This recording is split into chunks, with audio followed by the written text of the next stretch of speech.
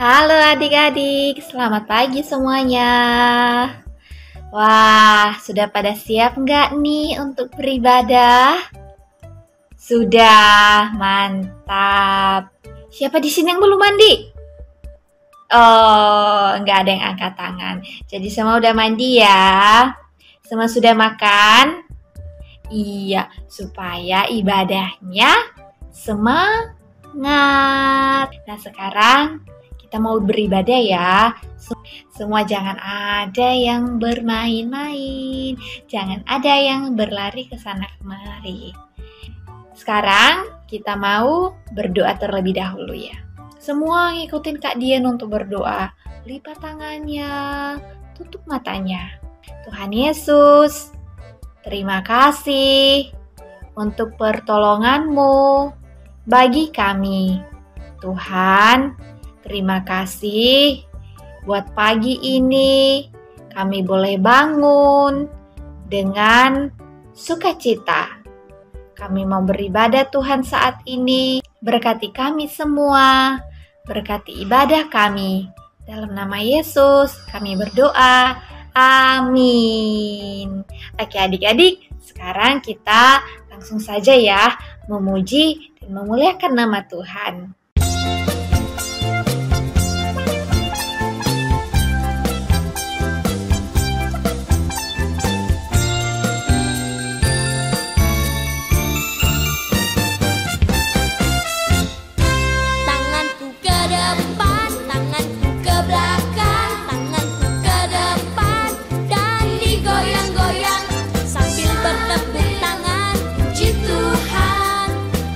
Bersama-sama